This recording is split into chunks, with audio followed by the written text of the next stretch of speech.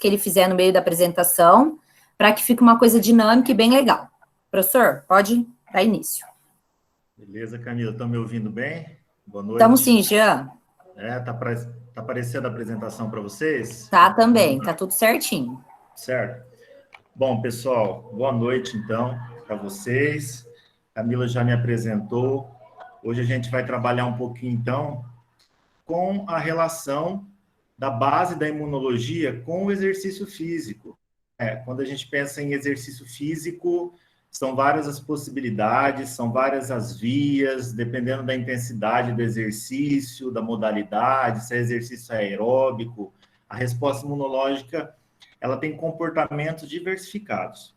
Então, para a gente tentar estabelecer uma conexão, vamos dizer assim, com a imunologia, como eu sei que é uma matéria muito complexa e que a maior parte de vocês estão no primeiro ano de graduação, então eu tentei criar uma estratégia aqui para vocês fixarem bem esse conteúdo e tentar entender, tá? Dividindo em etapas didáticas para vocês o processo.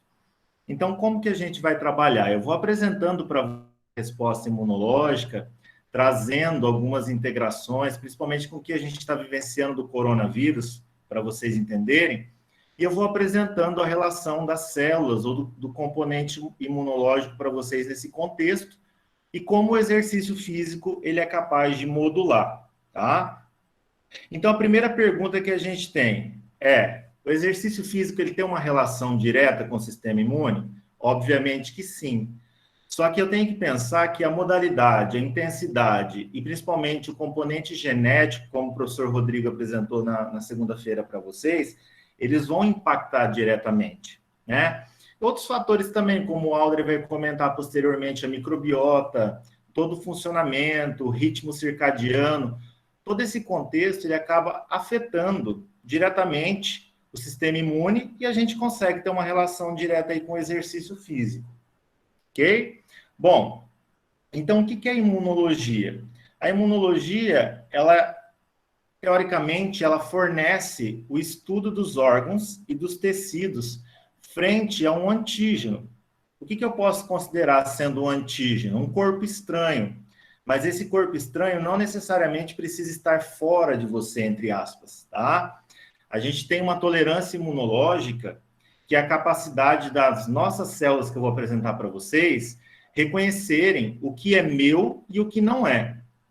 Só que do dia para a noite, essas células podem perder a habilidade de reconhecer, por exemplo, que aquela minha proteína actina do meu músculo, ela é minha.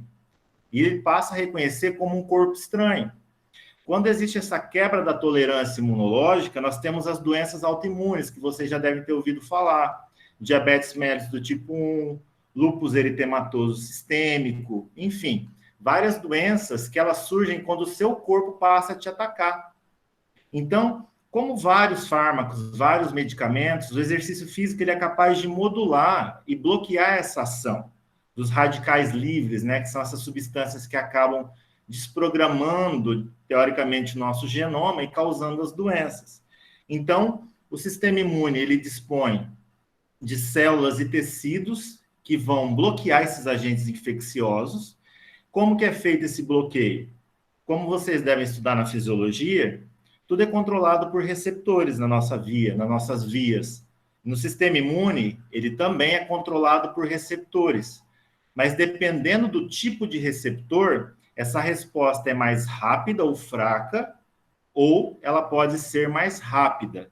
E o que determina isso? A sua genética. Se você pensar se você parar para pensar na pandemia que a gente está vivendo agora, por exemplo, ninguém sabe o comportamento do vírus. Porque a pessoa A ela é assintomática e a pessoa B é sintomática? A principal chave de resposta para isso é os receptores. Infelizmente, algumas pessoas, na teoria da evolução, elas nasceram para não se adaptar, então elas vão ser eliminadas, né? Falando assim, parece uma maneira fria, mas é o que acontece. Então, imunologicamente, algumas pessoas elas não estão prontas para perpetuar a espécie, porque o sistema imunológico dela já nasceu descompensado, e outras pessoas nem sentem os sintomas da doença, porque elas têm receptores e células que trabalham de uma maneira tão organizada que vai garantir que a imunidade dela crie uma resposta em um curto período de tempo e que ela consiga sobreviver sem apresentar nenhum tipo de sintoma. Então, você já pode ir construindo uma ideia. O sistema imunológico, ele tem tecidos e células que têm receptores muito desenvolvidos. Esses receptores são determinados pelos seus genes. Se você nasce com uma carga genética, vamos dizer assim, boa, entre aspas, para expressar esses receptores, o seu sistema imune vai ser fortalecido, tá? Ou seja, você consegue combater as infecções. Se, infelizmente, você nasce com vários receptores que não se expressam, você não vai se adaptar ao ambiente. Então, teoricamente, você vai ser eliminado em algum momento, tá? Então, assim, para a gente conseguir criar uma ideia do que é o sistema imune. O nosso sistema imune, ele tem duas estratégias para conseguir combater as infecções e conseguir possibilitar que a gente tenha uma chance caso o nosso corpo seja invadido por um agente patogênico, um antígeno.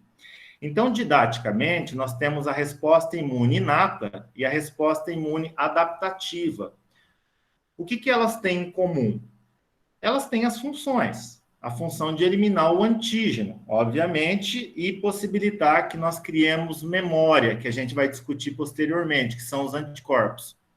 Só que a resposta imune inata, digamos que ela tem uma complexidade menor do que a adaptativa. Porque na inata você não tem os anticorpos. Na adaptativa você vai formar esses anticorpos que a gente vai discutir. Então, essa resposta imune inata, ela tem algumas funções específicas. Provavelmente, se você cortar o seu dedo, num curto período de tempo, a gente pode quantificar esse tempo em 12 horas, que é a janela imunológica principal da resposta imune inata, você pode observar que o seu dedo fica vermelho, começa a ter um acúmulo de plaquetas, vai mudando de cor, porque as células da resposta imune inata, elas vão proliferando ali. Então, elas vão criar uma estratégia, caso elas não consigam eliminar o antígeno, elas vão sinalizar para a resposta imune adaptativa, que é onde a gente tem os anticorpos. Essa resposta imune inata, ela é muito eficiente para vírus. Então, usando o exemplo do coronavírus para vocês entenderem melhor, por que não se sabe o comportamento do vírus ainda? Por que algumas pessoas estão pegando o vírus 2 vezes?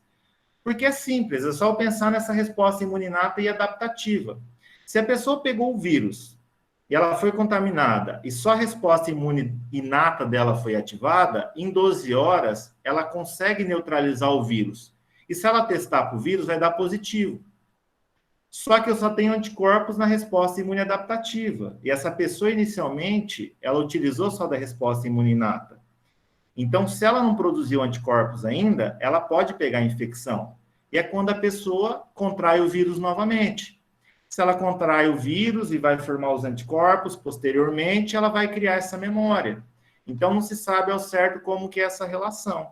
Só sabe que essa janela imunológica, ela tem alguma programação ali que responde de diferentes maneiras a diferentes tipos de micro-organismos.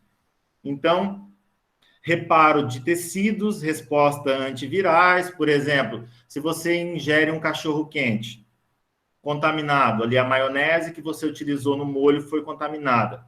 Num período ali de 8 horas, você vai ter uma diarreia severa. Por quê? Porque você está dentro das 12 horas de janela imunológica da resposta imune inata. Então, você vai eliminar, na forma de diarreia ou vômito, esses antígenos. E, principalmente, a gente tem uma transição de fases aí. Se o seu corpo não conseguir eliminar esse antígeno em 12 horas, ele elabora uma resposta na forma de produtos, e esses produtos vão sinalizar para a resposta imune adaptativa, posteriormente criar anticorpos, certo? Então, nós temos aí a resposta imune inata, nós podemos dividir ela em 2 linhas de defesa. A primeira linha seria o convencional, que a gente já conta em termos de estrutura no nosso corpo. Nós temos a nossa pele, que é o nosso maior órgão, e nós temos a mucosa do trato respiratório, do trato gastrointestinal e do trato urogenital. Então, a nossa pele dispõe de produtos né, produzidos por proteínas específicas, peptídeos específicos, que são chamados de antimicrobianos, que são semelhantes àquele que você toma quando você tem algum tipo de doença, o antibiótico que você toma por 7 dias, por exemplo. Nós produzimos alguns antimicrobianos ali. E esses antimicrobianos, eles já bloqueiam quase que instantaneamente 70% dos antígenos que entram no seu corpo, tá? A microbiota, como o Audrey vai falar para vocês posteriormente, através da placa de Peyer, que é o nosso tecido linfóide do intestino delgado, ele secreta várias defensinas, que são enzimas que bloqueiam a atividade de micro-organismos patogênicos ali dentro. E a gente tem, além desses peptídeos naturais, algumas enzimas com pH muito baixo. Esse pH ele gira em torno de 2,5 a 3,5. Então, quando algumas bactérias, chamadas de gram-positiva ou gram-negativa, fungos, vírus, entram em contato com a nossa pele, com a nossa mucosa, essas barreiras já são capazes de eliminar e bloquear 70% desses tipos de antígenos que tentam infectar o nosso organismo. Em termos de modulação por exercício físico, ele consegue modular, independente da modalidade, da intensidade, ele consegue modular a primeira linha de defesa? Não. Isso já é próprio seu. Independente da intensidade do exercício, você não consegue controlar os produtos de secreção das suas proteínas ali na sua pele, no seu intestino. Você pode, no máximo, controlar a hidratação, uma desidratação. E como a água é um dipolo, ela é necessária, porque ela tem carga positiva e negativa para o funcionamento das células. Só que se tiver água, ela vai funcionar da mesma forma. Então, eu não tenho imunomodulação, que é o termo técnico para falar quando alguma coisa reflete em termos imunológicos para o seu organismo. Então, o exercício físico não modula a primeira linha de defesa. Ela é independente, tá? Ela consegue se organizar, independente de a célula estar fornecendo ou não substratos, água, se está realizando alguma via bioquímica específica ali, essas estruturas, elas não necessitam de um aval, vamos dizer assim. Elas se organizam. Agora, se eu pensar na minha segunda linha de defesa, tá? A primeira linha são as barreiras. A segunda linha são as células nessas barreiras. Esse é o coração do sistema imunológico, tá? Da resposta imuninata. Aqui sim, eu tenho uma modulação dessas células que eu vou apresentar para vocês, que são as células que fazem fagocitose, células envolvidas em processos alérgicos, captação de antígenos, defesa contra tumores e componentes proteicos que são produzidos ali que controlam a nossa resposta imunológica, como o sistema complemento e as citocinas. Aqui eu tenho uma variação, principalmente de exercícios aeróbicos, tá? Se eu considerar um quadro patológico, uma pessoa com perfil obesogênico, uma pessoa com perfil normal, em termos de homeostasia, é óbvio que essa pessoa com obesidade, ela tem muito mais células sensibilizadas ali, porque a pessoa obesa, ela tem um estado pró-inflamatório muito baixo, mas ela tem uma inflamação local, principalmente quando a gente considera o macrófago. Então, ao menor estímulo, alguma outra doença associada pode surgir como reflexo dessa obesidade. Se eu considerar uma intervenção, independente da modalidade ou da intensidade, onde eu estimule o consumo de glicose que esteja sobrando ali no tecido, que eu estimule a utilização e mobilização de adipócitos que contêm gordura, é claro que daí essas células vão começar a captar esses componentes que são combustíveis, e essas células elas vão ser programadas para outras regiões do tecido. Ou seja, traduzindo para vocês, quando eu estimulo uma quebra dessas moléculas, essas células começam a se mobilizar e utilizar o substrato, glicose, ou os lipídios, em últimos casos a proteína também, mas não é aconselhada a proteólise, né? Porque se você está degradando proteína, você vai ter outras disfunções, e você oferece combustível para essas células migrarem. e essas células vão combater alguns tipos de antígenos que estejam presentes ali. Principalmente o macrófago, que é o nosso alvo, que a gente vai falar um pouquinho mais dele. Porque o macrófago é uma célula com plasticidade. A pessoa obesogênica, ela tem uma grande quantidade de macrófagos do tipo M1. E eles são péssimos para o metabolismo, principalmente para a mulher, porque tem uma relação aí direta com o estrógeno.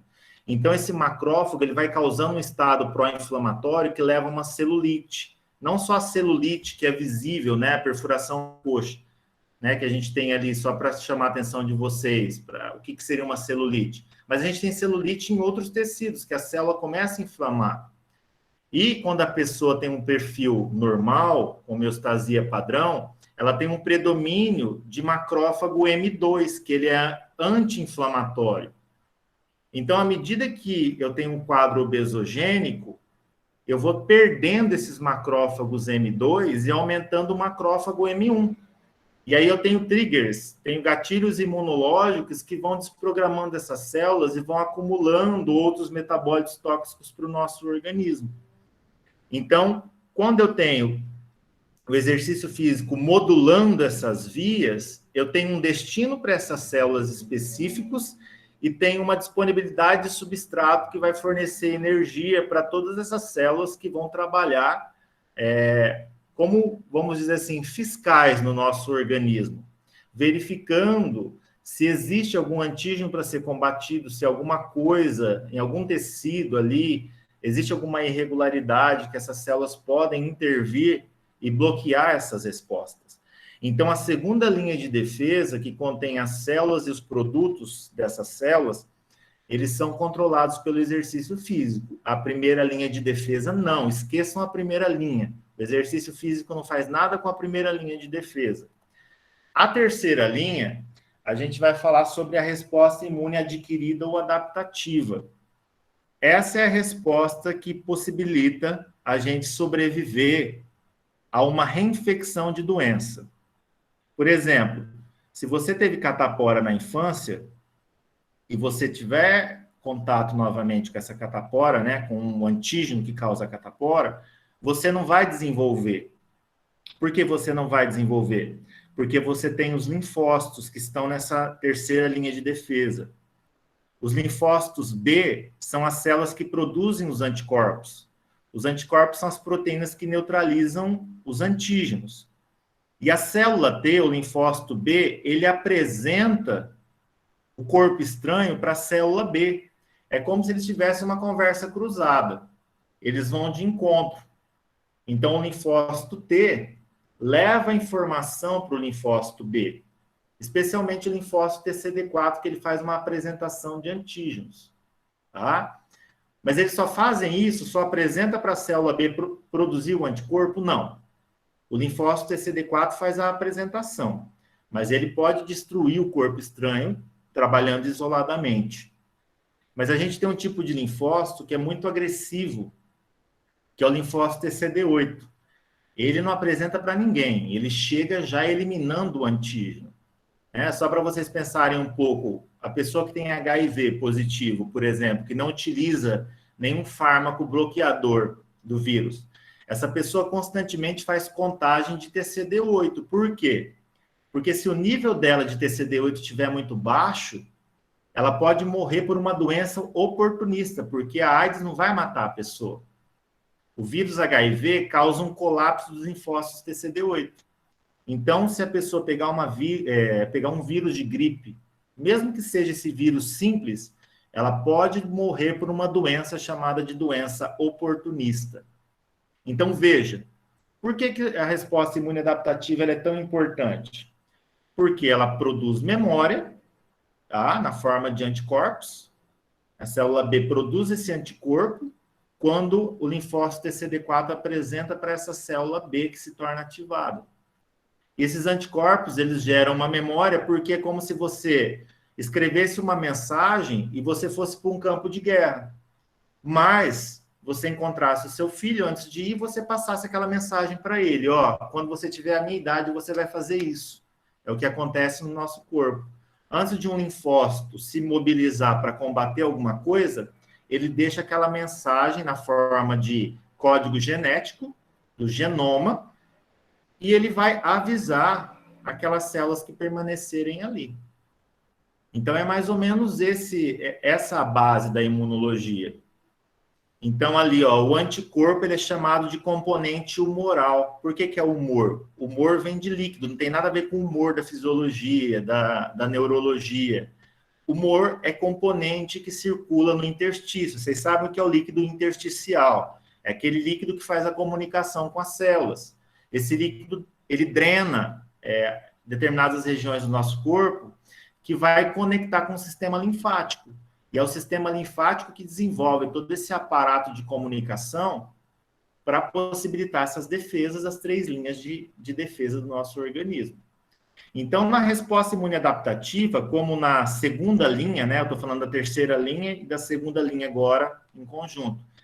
Ambas podem ser moduladas pelo exercício físico. Porém, não tem uma verdade absoluta para eu passar para vocês. Depende muito mais da sua genética do que das suas células.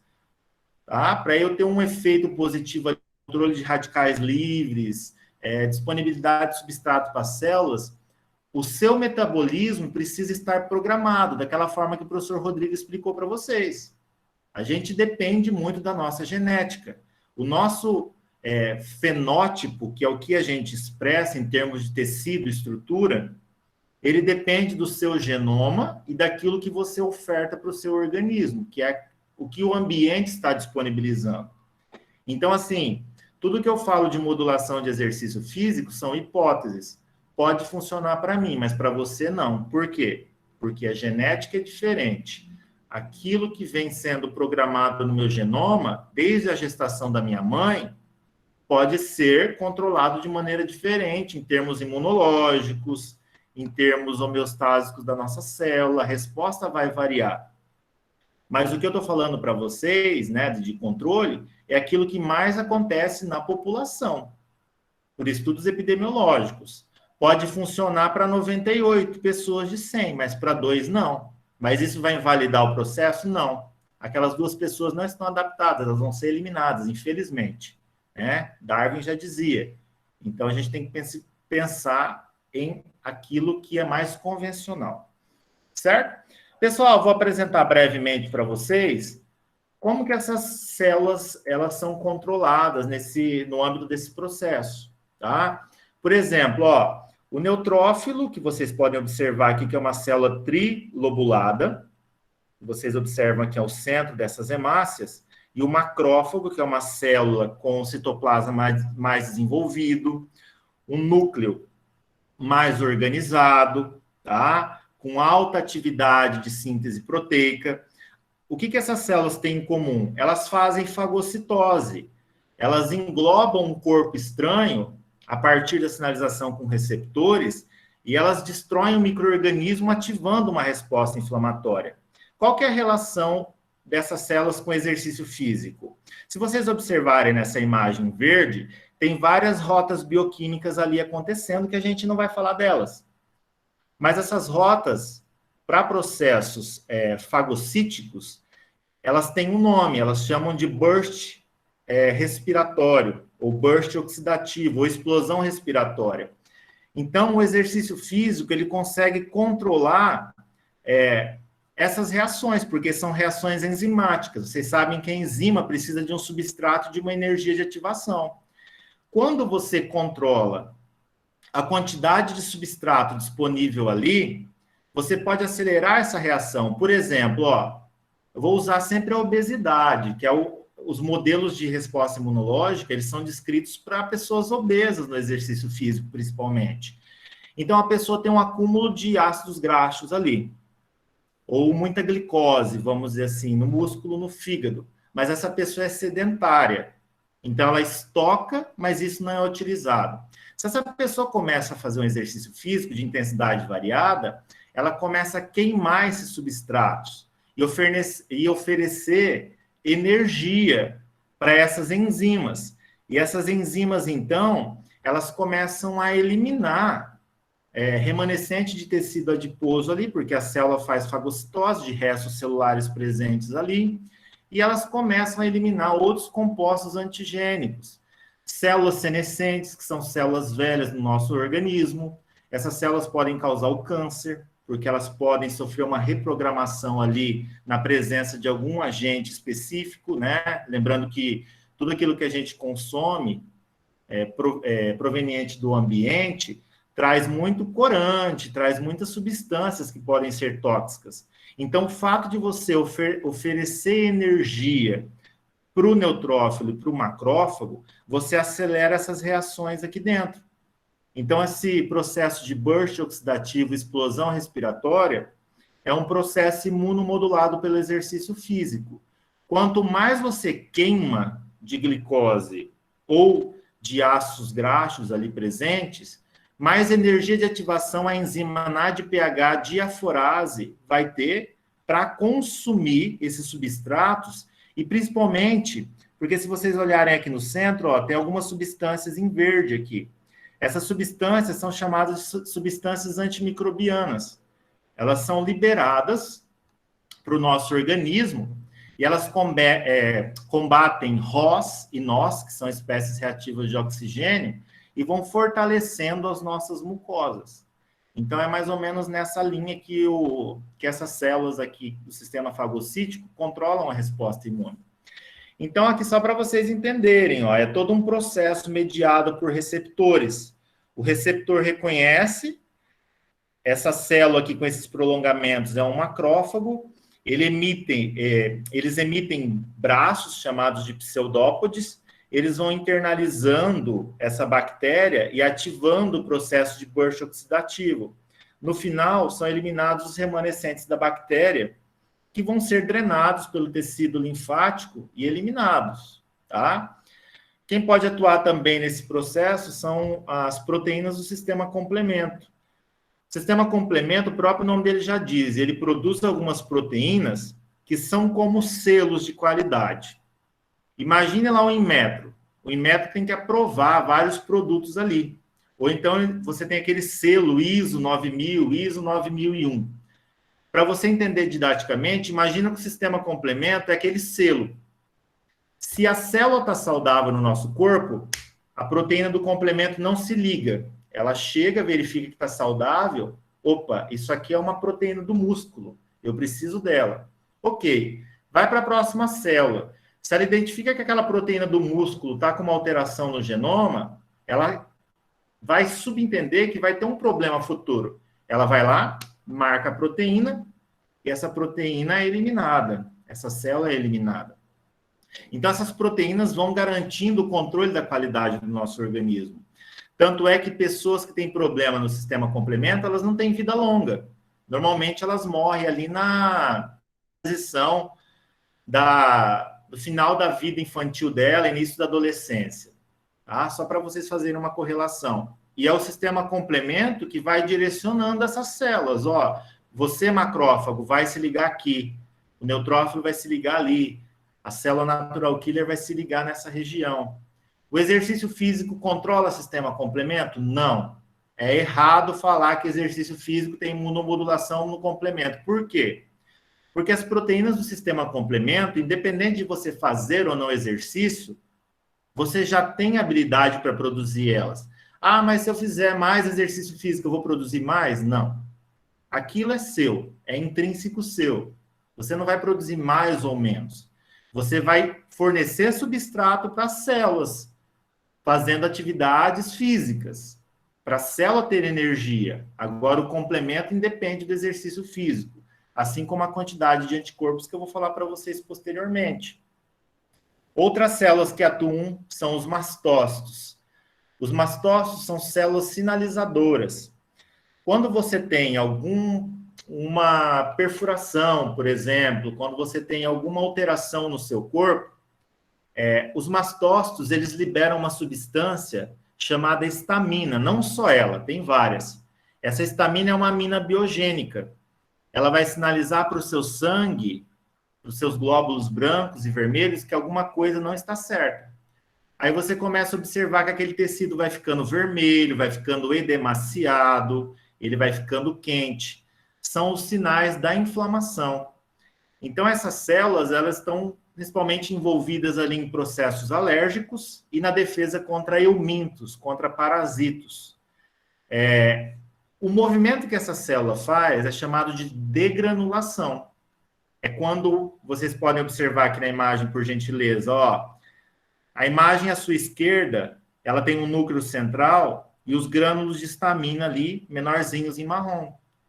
Esses grânulos ainda não foram liberados. Agora, na sua direita, você pode observar que tem um mastócito ativado. Então, ali eu tenho uma sinalização. Quando eu tenho um exercício físico, eu melhoro o trabalho dos mastócitos, porque quando você faz uma atividade, um exercício cardio bem intenso, vamos dizer assim, você aumenta a circulação, a sua pressão sistólica e diastólica, então o seu sangue, obviamente, vai circular muito mais rápido, levando mastócitos para todas as extremidades do nosso organismo, num curto período de tempo. Então, quando o mastócito chega, por exemplo, nos seus membros inferiores, lá na ponta do seu hálux, do seu dedão, se ele identifica que tem um patógeno ali, ele já libera a histamina que aumenta a permeabilidade vascular. O que seria isso? O vaso, ele está fechadinho, esse vaso vai expandindo, formando uma rede, como se fosse uma tela. E vai tendo troca do interstício com o vaso. Então, o mastócito consegue perceber se existe alguma alteração ali.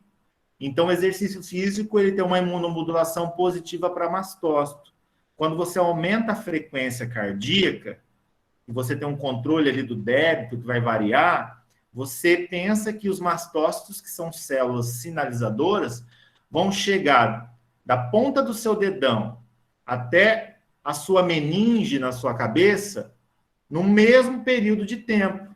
Então, para quem é sedentário, isso é muito benéfico. É só você pensar, a pessoa diabética, o que ela tem? Normalmente o pé diabético tem úlcera, tem amputação. Por quê? Começa uma ferida que começa a necrosar pela baixa quantidade de oxigênio ali. Provavelmente, se eu tivesse um mastócito nessa região, eu ia conseguir sinalizar para o sistema imune. Mas essa pessoa é sedentária. Então, eu tenho outras comorbidades associadas, né? Isso, eu estou dando um exemplo isolado do mastócito, mas tem N situações ocorrendo ali, tá? Então, mastócito, ele tem uma imunomodulação positiva. Natural killer, pessoal. Natural killer e células dendríticas. Vou falar das duas em conjunto para dar uma aceleradinha para vocês, tá? A célula dendrítica, ela é uma célula que tem prolongamentos citoplasmáticos. Ela é capaz de, para vocês tentarem entender, é como se ela tivesse um braço que vai crescendo, crescendo, crescendo e captura corpos estranhos a longas distâncias.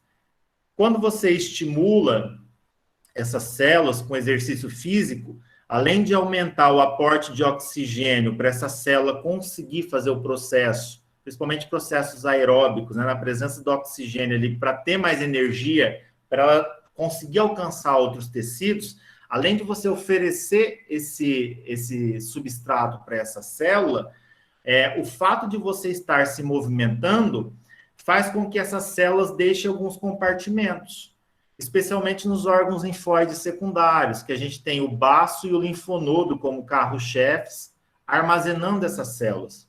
Você mobiliza essas células durante o exercício físico, ela deixa esses compartimentos. E ela vai lá com o mastócito a grandes distâncias para captar antígenos e eliminar esses antígenos. Especialmente vírus, tá? Especialmente células virais, ou células que você tem uma contaminação com bactérias gram-negativas, são bactérias altamente virulentas, que são capazes de causar o colapso no nosso corpo num curto período de tempo. Junto com essas células, nós temos a natural killer. A natural killer, ela é fortalecida pelo exercício físico, porque alguns estudos estão sendo realizados, mas já é sabido que essas células que defendem o nosso corpo contra tumores, né? Você pensou em câncer, é essa célula que está eliminando a célula cancerígena do seu organismo, ou então células que apresentam algumas alterações de proteínas. Então, a natural killer, ela é o carro-chefe do nosso corpo. E ela tem um receptor chamado CD56-CD16, que é um receptor para glicoproteínas adesivas. E essas glicoproteínas, elas conseguem determinar o que é self. Self é aquilo que é meu, do meu organismo, e não self. As células tumorais, elas apresentam perfil self e não self. Porque algumas células, quando estão em transformação, elas expressam o fenótipo do nosso corpo saudável. Mas depois de um tempo, ela muda aquele fenótipo, porque elas começam a crescer e produzir outros metabólitos tóxicos ali. Então, não se sabe a via bioquímica ainda, mas sabe-se que tem uma via chamada de via AKT, tá? Essa via é uma via molecular muito estudada, né, no laboratório da Camila e da Isabela e do pessoal, né, que estão discutindo vários aspectos com vocês. Ali são vias bioquímicas específicas, onde exercícios de média a alta intensidade aumenta a expressão dessas proteínas, glicoproteínas. Aumentando a expressão de CD56 e CD16, elas conseguem reconhecer um grande número de células tumorais patogênicas num curto período de tempo. Então, um dos efeitos mais, assim, marcantes, um dos traços mais marcantes que a gente tem no exercício físico é na imunomodulação dessas células natural killer aí, ok? Bom, as proteínas do complemento eu já apresentei para vocês um pouquinho, falei do que elas são. Eu queria falar um pouquinho das citocinas. As citocinas também são proteínas que fazem a transição da resposta imuninata para adaptativa. Ou seja, se eu estou combatendo um vírus agora, na minha janela de 12 horas, se eu não conseguir combater esse vírus, o que vai acontecer comigo? Eu vou morrer? Não. As citocinas, que são secretadas por essas células sentinelas, que são todas essas que eu falei para vocês, elas vão levar uma informação. Então, pense, você tem uma estrada ligando duas cidades. A citocina, ela é um carro, levando a informação de todas essas células que eu apresentei para vocês para os linfócitos T e B. Então, elas são moduladoras da resposta imunológica. Então, a gente tem várias citocinas, elas são chamadas de interleucinas, de interferons, fatores de crescimento, fator de necrose e fatores formadores de colônia. As citocinas, elas são moduladas pelo exercício físico.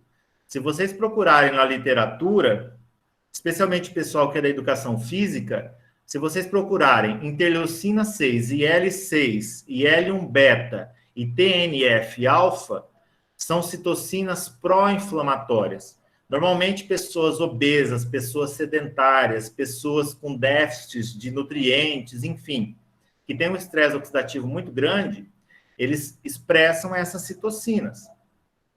Quando a pessoa começa a se exercitar, o código químico de citocinas dela muda. Ao invés de citocinas pró-inflamatórias, que são essas aí que acabam alterando o tecido adiposo, fígado, músculo, passa a produzir citocinas anti-inflamatórias, como a IL-10 e a IL-12, que são citocinas que te protegem, porque elas sinalizam para o seu corpo, né, quando tem uma invasão.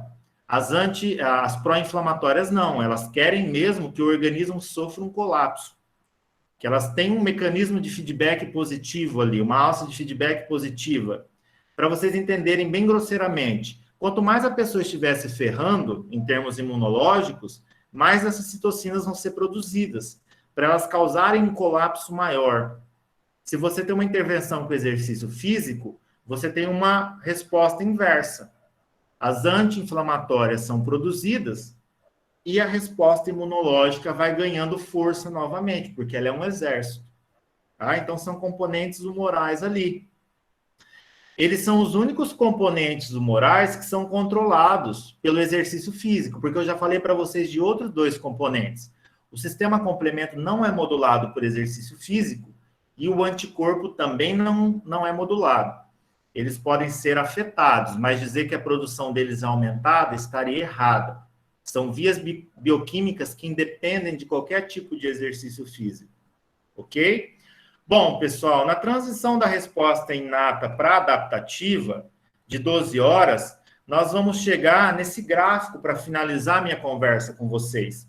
Vocês têm observado muito na mídia, falando da janela imunológica, dos 14 dias, que a pessoa tem que ficar em casa por conta do coronavírus. Vamos tentar traduzir isso para vocês entenderem com exercício físico, tá?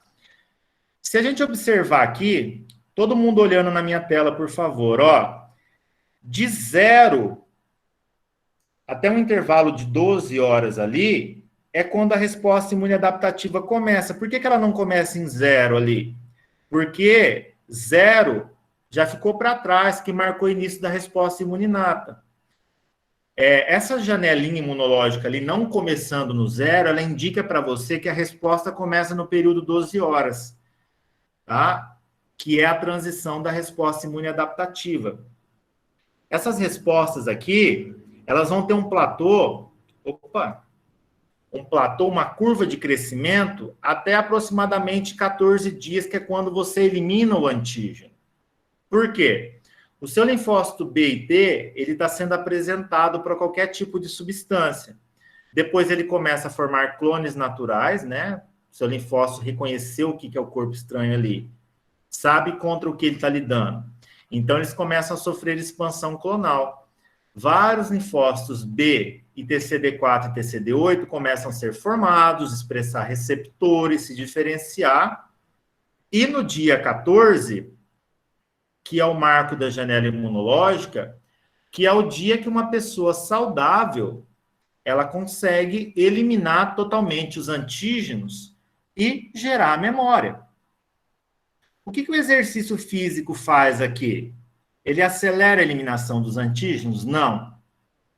O que o exercício interfere aqui, em termos histofuncionais, é aumentar a expressão dos receptores da célula B, que é chamado de BCR, e o receptor da célula T.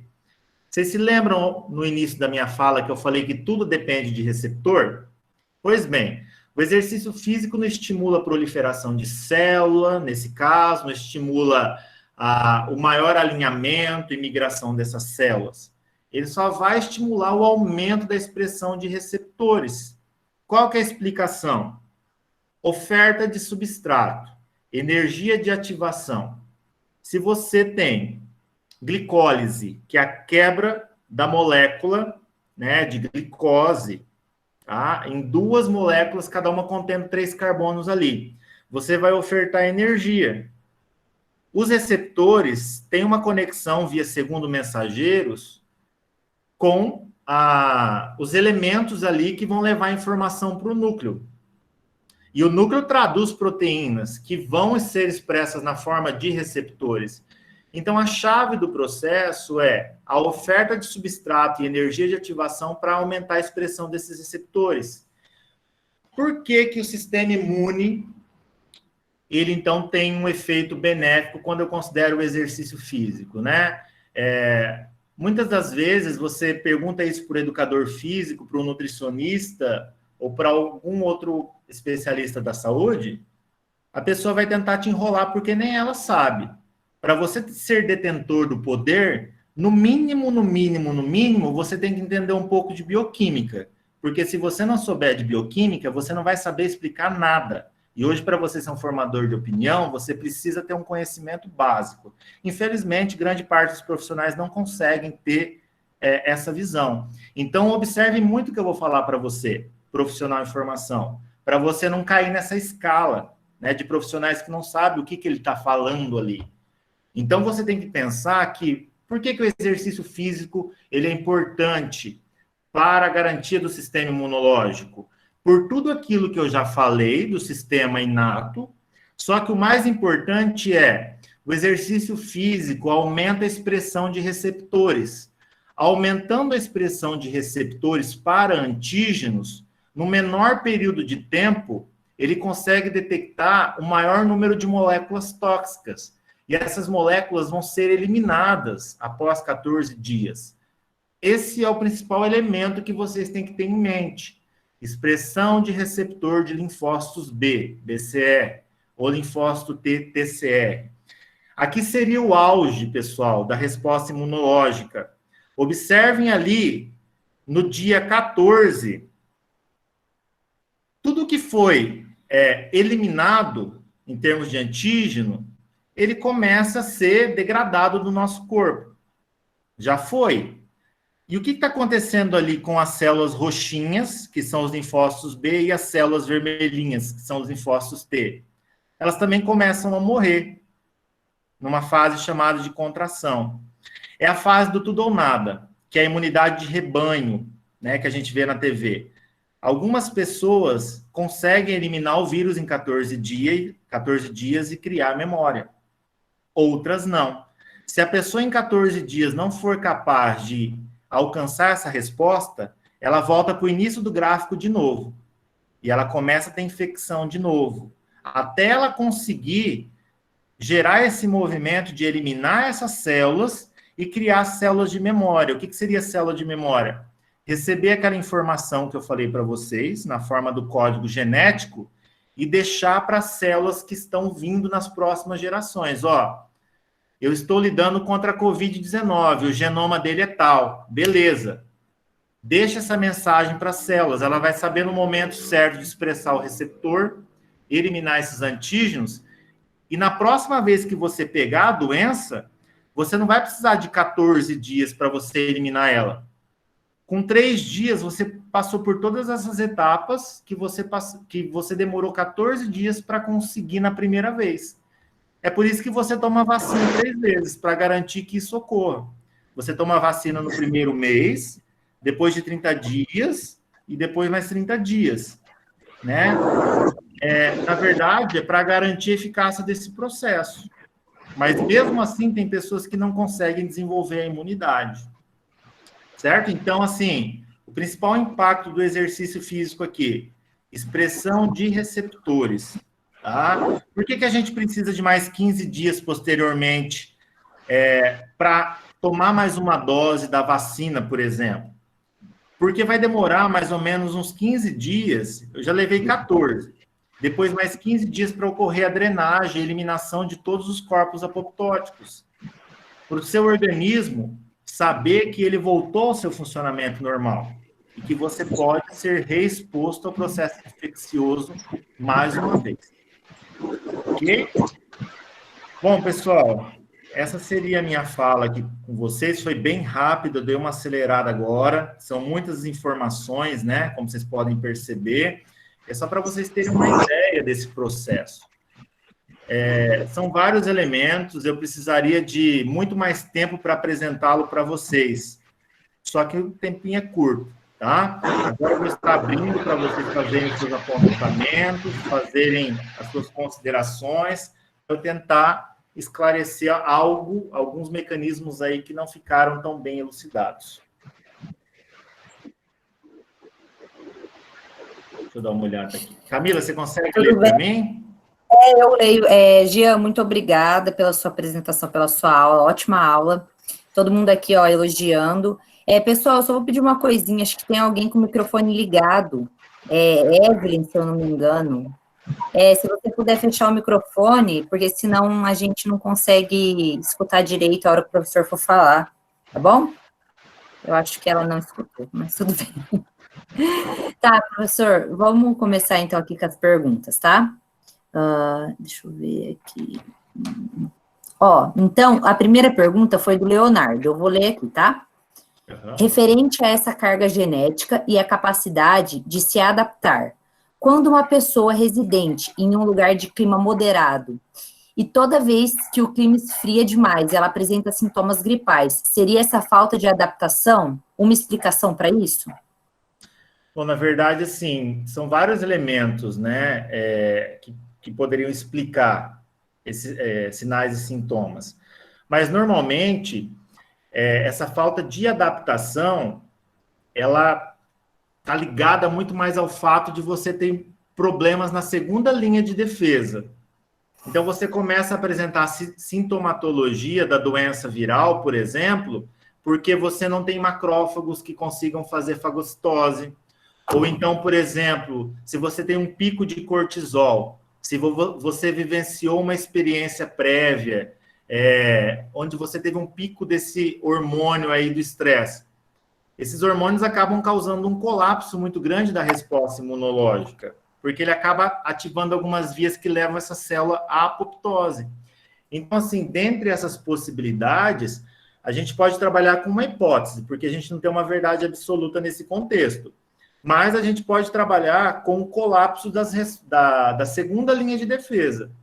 Provavelmente, aí a pessoa vai ter um quadro de deficiência de macrófagos ou de células natural killer, porque daí eu tenho que considerar que se eu tenho uma gripe, eu tenho uma doença viral ou bacteriana. A bactéria é combatida pelo macrófago e o vírus pela natural killer. Ou a pessoa tem um colapso na expressão dos genes dessas duas células, ou alguma dessas linhagens pode estar sendo suprimido por algum hormônio num curto período de tempo. Acho que seria uma hipótese apropriada para explicar. A mudança abrupta de temperatura causaria algumas outras alterações homeostásicas, né? Por exemplo, acúmulo de placa ali no anel de Waldeyer, que é a junção da adenoide com a amígdala. Então, isso iria acumular muito mais material proteico ali, ia mobilizar outras células da resposta imunológica. Então, teria um efeito mais sistêmico, com a mudança abrupta da temperatura. Mas acho que uma maneira apropriada de se pensar seria a relação com o próprio cortisol mesmo. Legal, professor. Acho que era isso mesmo. Continuando aqui, a Elaine, ela fez uma pergunta aqui, ó. Professor Jean, um alérgico ou asmático pode ser um imunodeprimido? Essa pessoa está mais suscetível a ter um agravante em qualquer tipo de doença viral? São pessoas mais difíceis de gerar os anticorpos? Bom, vamos lá, são 3 em 1 aí, né? A primeira coisa, a pessoa com asma ou com qualquer outra doença crônica, ela não é imunossuprimida. Hoje você considera uma pessoa imunossuprimida quem tem algum problema genético congênito, alguma infecção como o HIV, que cause um colapso dos linfócitos. Então, não é imunossupressão no seu caso aí, né? Desse caso clínico aí que você postulou. Mas a gente tem que trabalhar com a hipótese. No caso da asma, você tem uma desconfiguração dos mastócitos. Ele acaba liberando aminas biogênicas, histamina, num menor período de tempo. Se você libera histamina, uma grande quantidade, num menor período de tempo, o seu sistema imune vai estar constantemente ativado ali na presença desses agentes alergogênicos. Isso pode refletir na ativação dos linfócitos, sim, que você perguntou. Porque, veja bem, o mastócito é uma célula da segunda linha de defesa, que ele manda uma mensagem para os linfócitos. Então, se você tem um processo crônico de ativação de mastócitos, ele vai constantemente ativar outras células. E ele pode acabar ativando de maneira indireta o linfócito TCD4, que vai ativar a célula B. Ele pode acabar gerando um aumento na quantidade de anticorpos, sim. E esse anticorpo é o IgE. O IgE é um anticorpo que atua em processos alérgicos. Então, isso pode trazer alguns malefícios, principalmente no estabelecimento de algumas doenças autoimunes, porque, veja bem, você tem um monte de anticorpo circulando ali no seu corpo, que não está sendo utilizado. Então, ao menor estímulo, quando ele vê alguma situação acontecendo ali, ele não sabe ao certo o que é. Pode ser algo padrão da sua célula ali, uma coisa normal. Mas ele vai querer se ligar em alguma coisa, porque ele foi formado já. O fato dele se ligar ali pode causar uma resposta cruzada, que é uma resposta alérgica cruzada, que é o que as pessoas atribuem a doenças autoimunes tardias, né? Por exemplo, a pessoa que desenvolve intolerância à lactose depois dos 30 anos, não consegue mais metabolizar alguns tipos de açúcares, pessoas que desenvolvem alergia à lã, algum componente, cosmético, sabonete, enfim. Só um exemplo assim para você entender, são respostas reativas cruzadas.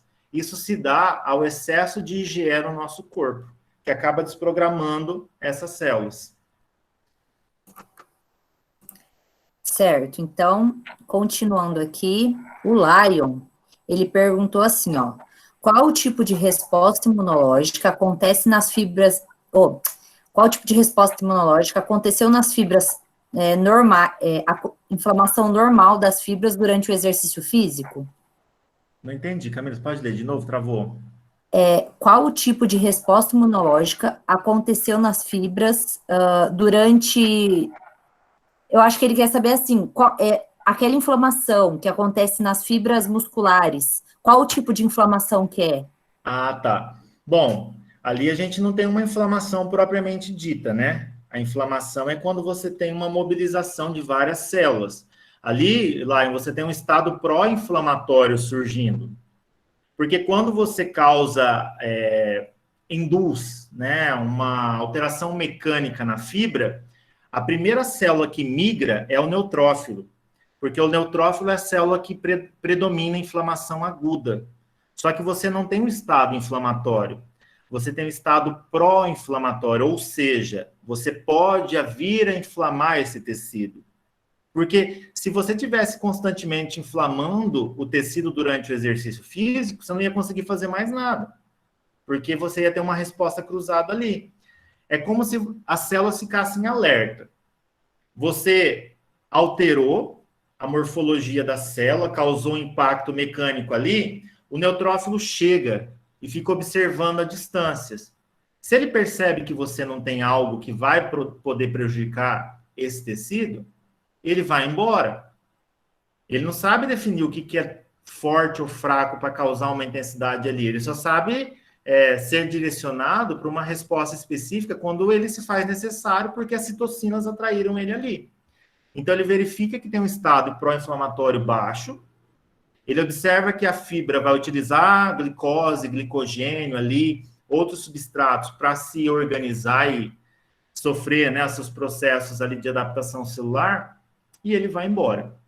Agora, se tiver uma lesão, por exemplo, se você pegou uma carga muito forte e você distendeu a musculatura e no outro dia você forçou e continuou com o músculo levando ele à exaustão, aí é uma outra conversa. Aí o neutrófilo vai invadir o tecido, vai mobilizar todas as outras células, você tem um processo inflamatório que pode resultar numa necrose tecidual. Legal, então tá, continuando aqui. Se eu fizer exercício de alta intensidade nessa janela de 12 horas da resposta imunológica, o que acontecerá com o meu organismo? Cá, travou de novo. Eita, tá ouvindo? Agora sim. Beleza, ó, se eu fizer exercício de alta intensidade nessa janela de 12 horas da resposta imunológica, o que acontecerá com o meu organismo? Ó, teoricamente não vai acontecer nada demais, né? A janela de 12 horas, ela é funcional para quando você tem um processo de defesa antigênico.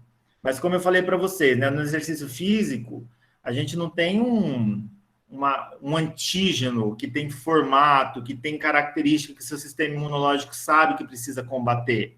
Ele recebe uma descarga de hormônios, né, de substâncias que estão sendo mobilizadas pela corrente sanguínea, que deixa o sistema imune em alerta. Só que como ele começa a perceber, né, o sistema imune começa a perceber que ele não está lidando com um antígeno que tem uma forma específica, mas só com uma alteração de composição de líquidos, proteínas, neurotransmissores, ele percebe que não tem um dano, que ele não vai precisar se adaptar para aquilo. Né? Então, teoricamente, a janela imunológica no exercício físico, ela fica em stand-by. Se tiver algo a mais acontecendo, aí sim você tem uma transição de fases. Tá, ok. Tá ouvindo? Sim, estou ouvindo. Ah, então tá, vamos lá, tem uma outra aqui, ó, do Leonardo. Professor, para uma pessoa HIV positivo, a prática do exercício físico é recomendado? Qual seria a modalidade desse exercício? Intenso, leve ou moderado? Olha, quando se trata de HIV, a gente não tem ainda uma verdade absoluta, né? Tem até um grupo que trabalha com essa pesquisa ali na UEM, que a minha amiga faz parte. Vai depender muito da carga viral do paciente, vai depender muito se ele já tem lipodistrofia, se ele já está tendo alguma comorbidade. Pelo que eu saiba, não tem uma modalidade e uma intensidade direcionada para esse público.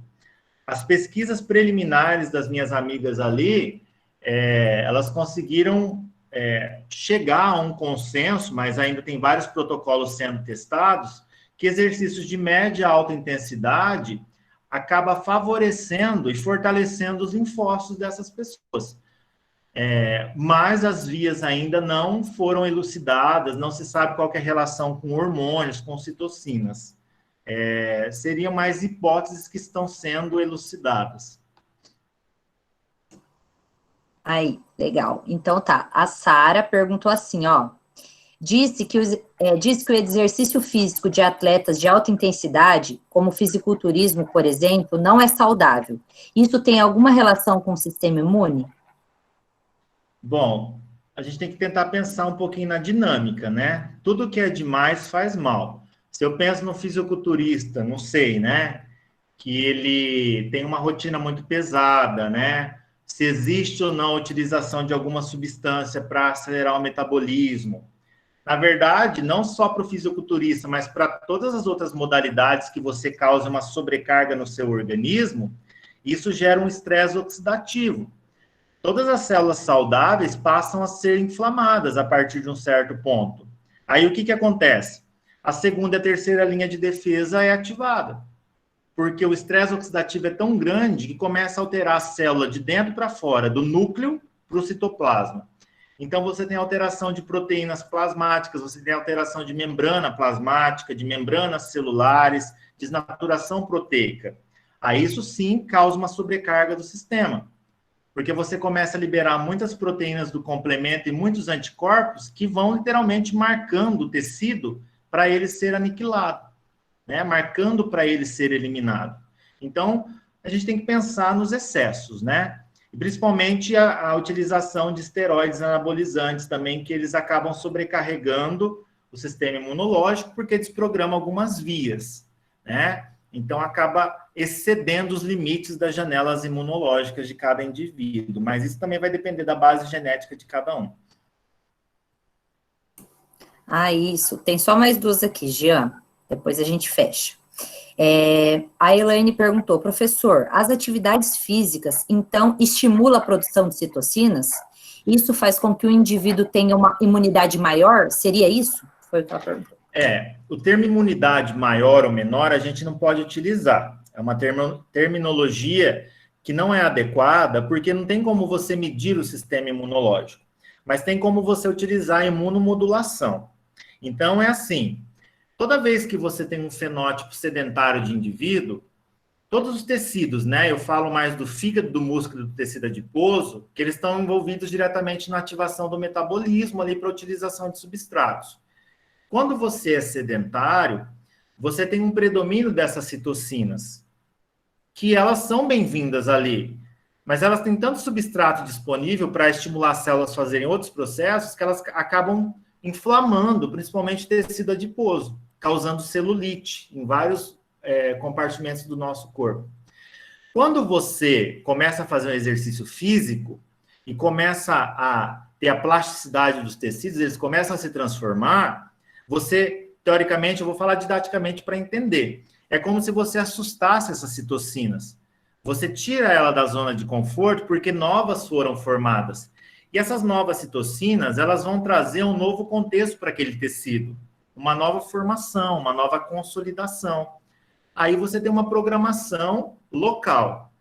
Se você cessar esse estímulo, você volta para o que você era antes, né? No tal do efeito sanfona. O efeito sanfona a gente pode associar com as citocinas. Você emagreceu com exercício físico, tá? Estou colocando um ênfase. Você tem citocinas anti-inflamatórias. Você engordou ou está sedentário, você está produzindo um pool de citocinas pró-inflamatórias que vão ativar a segunda linha de defesa a atuar contra você. Acho que é mais ou menos essa relação mais didática para poder pensar quando a gente pensa quando a gente estabelece uma relação com o sistema imune. Isso. Agora, a última pergunta, Jean. Quando o indivíduo é acometido com uma segunda fase da doença viral, como, por exemplo, a catapora, quando o indivíduo é adulto e já se contaminou anteriormente, o que de fato acontece com o sistema imune para permitir essa segunda fase da infecção? Na verdade, assim, aquela fase do gráfico que eu apresentei para vocês, que dura 14 dias, quando a pessoa é reinfectada, tudo isso todas aquelas fases alcançadas na produção do anticorpo, ela demora até 3 dias, né? Então, assim, você foi reinfectado, é como se, para você entender didaticamente, quando você pega uma estrada e vai para uma cidade que você nunca foi ainda. Você pode pegar um caminho errado, pode pegar um caminho mais longo. Na próxima vez que você for, você já vai saber o caminho. Então, você vai num período mais curto, você vai mais seguro. É assim que o sistema imune reage. A primeira vez do contato, está sendo treinado. Na segunda vez, não. Ele já sabe o caminho que ele tem que chegar para produzir o anticorpo. Então, o indivíduo se torna assintomático para a catapora, utilizando a pergunta, né? Porque num curto período de tempo, em 3 dias, a célula reconheceu o antígeno, expressou o receptor, processou essa resposta e, principalmente, gerou o anticorpo. Então, eu vou ter esse contato, mas eu não vou expressar o fenótipo doente. Acho que é mais ou menos essa relação.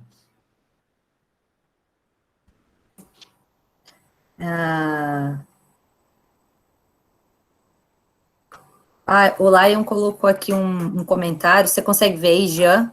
Não. Não? Não. Ai, eu vou ler do jeito que está aqui, tá? Aham. VVZ não é o vírus que causa catapora e herpes zoster. Herpes zoster, desculpa. Foi isso que ele colocou. Se a herpes zoster causa catapora? Então, não entendi muito bem também a Não, pergunta. eu não sei o tipo de vírus. Eu sei que são micro-organismos distintos, né, para catapora. A herpes zoster causa a herpes normal, que é aquelas que são as feridinhas que estouram, né, na boca, nas regiões íntimas do indivíduo, né? Agora, Tá. O que ele está perguntando aqui se é o mesmo vírus da herpes e da catapora. Se é o vírus da herpes e da catapora causam a mesma coisa? Isso. Não, são respostas distintas, né? Porque herpes zoster. Não é normal, é a zoster. Tá, é que assim, ó, o vírus, ele tem um envelope. E a resposta viral vai depender se dentro desse envelope tem RNA ou DNA. Então, as respostas virais podem ser distintas. Agora, direcionar qual que é a resposta que cada uma causa, tinha que ver o mecanismo fisiopatogênico da doença. Eu não sei te dizer, né? Eu sei que vai depender muito se for vírus de DNA ou RNA. Mas essa parte de microbiologia, eu já não sei te dizer, né? Foge muito da área de imuno. Eu sei o mecanismo geral da célula, mas eu não sei qual que é o micro-organismo que causa a doença. Teria que estudar esses mecanismos mais específicos. Isso aí. Tá, vai falar, Isa. Acho que ele quer saber, a herpes zoster, ela é uma complicação da varicela, não é? Da catapora? Na verdade, são várias doenças associadas, né? Quando você tem a imunossupressão, você pode ter o crescimento de fungos do gênero Candida albicans, você pode ter infecção com outras bactérias. Então, eu posso ter complicações, acho que eu entendi agora o que ele quis perguntar, então. Você pode ter complicações considerando que o indivíduo já está imunossuprimido. Então, a resposta de um outro vírus ou de um outro micro-organismo pode ser mais rápida, né? Eu acho que foi isso. Que eu acho que, assim, a catapora é causada pela varicela zoster. Quando você tem uma reinfecção pelo varicela zoster, ela pode se complicar e dar origem ao herpes zoster. Seria isso? Eu acho que seria uma relação direta, né? De imunossupressão de um micro-organismo X, considerando que eu tenho um colapso do sistema imune, então eu tenho uma outra complicação causada por um outro micro-organismo Y que utiliza já desse corpo, desse organismo em colapso. Então, eu acho que tem uma relação direta nisso, sim, mas teria que ver os mecanismos aí associados às duas doenças. Então, era isso. Acho que não tem mais perguntas aqui. Ixi, peraí. Tem sim. Oi, Isa, a gente continua ou já está na hora de passar? Acho que pode fazer mais uma, daí a gente faz um intervalinho de 5 minutos. Então tá bom, é a última aqui do Júnior. não sei se é uma pergunta, mas eu vou ler aqui, ó. Consegue comentar um pouco sobre a utilização de alguns suplementos que melhoram a imunidade? Eu vi que tem alguns atletas que utilizam eles em tempos de competição e para não perder volume muscular. Olha, eu particularmente não acredito no milagre do suplemento. Não tem como eu falar para você que se você tomar a L-carnitina, você vai fortalecer tal célula do sistema imune. Tudo aquilo que provém da dieta, ele fortalece, né, o organismo. Eu acho que, assim, é a minha opinião, tá? Eu acho que isso é muito mais particular de cada um. Eu acho que isso é mais marketing para vender algum produto de marca.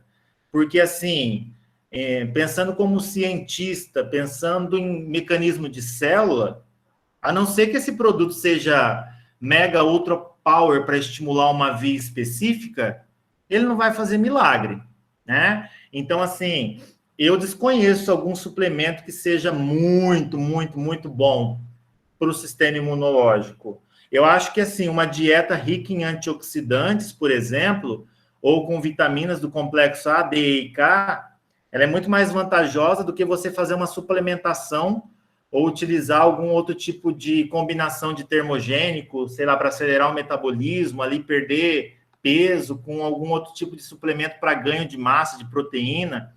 Então, assim, é muito específico isso. Eu, na literatura, né, nas aulas que eu dou na pós de fisiologia do exercício, eu comento com os meus alunos que isso seria mais acreditar em milagre, né, do que no próprio resultado dito, vamos dizer assim. Então, para contextualizar com o seu apontamento, eu acho que poderia utilizar a vitamina, o complexo vitamínico A, D e K, e principalmente os antioxidantes, os alimentos ricos em pigmentos, em clorofila, licopeno, xantofila, que eu acho que eles combatem os radicais livres e são bem-vindos para restabelecer a homeostasia imunológica depois do exercício físico. Aí, professor, muito legal. O pessoal está elogiando você aqui no chat. Que bom. Gostaram muito da aula. Olha lá, excelente aula, muito esclarecedor, excelente aula. Está todo mundo te dando parabéns, professor. E foi realmente. Então, eu e a Isa, nós gostaríamos muito de agradecer você, Jean, por ter disponibilizado aí seu tempo para vir aqui falar um pouquinho de sistema imune, de exercício. O pessoal gostou muito do conteúdo e das explicações, e eu e a Isa estamos muito felizes também. Muito obrigada, tá, professor? E o professor também volta na sexta-feira, para vocês aí que vão ficar matutando de hoje para amanhã essa aula, e vai surgir mais alguns questionamentos. Nós vamos fazer, então, na sexta-feira a mesa redonda. O professor Jean vai estar com a gente nessa mesa redonda. E aí, qualquer duvidazinha que surgir, segura aí, anota aí que o professor fala mais um pouquinho para a gente na sexta. Muito obrigado, viu, Jean? Imagina, Camila, Isa, agradeço o convite de vocês também. É sempre bom contribuir, né? O espaço de tempo é curto para a gente fazer a demanda, a explicação, né? Assim, tem vias que, para ser mais esclarecedoras, deveriam ter mais tempo para a gente trabalhar. Mas quem sabe num próximo momento, né, a gente discute. Então, é sempre bom compartilhar algumas experiências, compartilhar mecanismos para vocês utilizarem, né, na vida profissional, já que é um momento tão importante na construção do conhecimento de vocês. Então, foi um prazer participar, tá? Obrigado novamente. E amanhã eu volto. Amanhã é sexta, né? É amanhã. Amanhã eu volto, então, para a gente ter um papo, se vocês tiverem mais algum apontamento para a gente discutir. Tá certo, pessoal? Vocês vão ter uma palestra com o Aldrey, meu colega agora, sobre microbiota. Vai de encontro com vários aspectos que a gente discutiu, e eu tenho certeza que vocês vão conseguir integrar esse conteúdo de maneira bem satisfatória e vai ser bem enriquecedor para vocês, tá? Uma boa noite de estudos aí para vocês. Meninas, obrigado. Obrigada, Jean. Obrigada, Jean. Abraço. Pessoal, então, ó, como o professor Jean falou, daqui a pouquinho a gente tem a palestra do professor Aldrey. Então, agora, todo mundo aí já mandando o okzinho, né, para contar como presença. E vamos agora fazer aqueles nossos 5 minutinhos de intervalo, certo? Isso aí, pessoal, eu tô vendo aqui que tem gente que não tem Gmail e entra aí com o e-mail de algum colega, de algum familiar, não tem problema. Só que se este for o seu caso, ao invés do ok, você coloca o seu nome embaixo. Eu vi que já teve gente que fez isso aqui, tá? Teve uma aluna que, nossa, que eu não vou lembrar o nome, que ela mandou um e-mail para o nosso grupo, pro nosso e-mail lá do curso, falando exatamente isso, tá? Que ela utiliza o Gmail de uma colega. E aí, no certificado, né, para contar presença, nós vamos olhar aqui o ok de vocês. Então, se você está utilizando um Gmail e o nome que sai aqui na hora que você manda no chat não é o seu, coloca o seu nome ao invés de mandar o ok, ou coloca ok e o seu nome embaixo, para a gente saber que, na verdade, é você e não a sua amiga ou familiar ou qualquer um. Então, tá bom, pessoal, 5 minutinhos agora, ó, agora é 8h05, 8h10, nós estamos voltando com a palestra do professor Aldrey. Vai ser muito legal, eu prometo para vocês que vocês vão conseguir fazer bem a junção desses dois conteúdos que nós acabamos de ver do professor Jean e agora com o professor Aldrey. Microbiota, pessoal, é um assunto muito interessante que às vezes as pessoas, né, não têm muito contato. Então, vai lá tomar uma água, descansar a cabeça um pouco, ou vamos ficar aqui comigo conversando, porque eu não vou sair daqui. E daqui a pouquinho começa a aula com o professor Aldrey, tá bom? Então tá, pessoal, obrigada aí de ter mandado ok. Não tem problema não, Mari, não tem problema. Se você é a Mari Carneiro, então tá tudo tranquilo, a gente só precisa saber do nome, tá? Porque senão nós vamos fazer aí um certificado no nome errado, né? Porque se lá na sua inscrição tá um e aqui o nome é outro, então a gente não vai saber, né?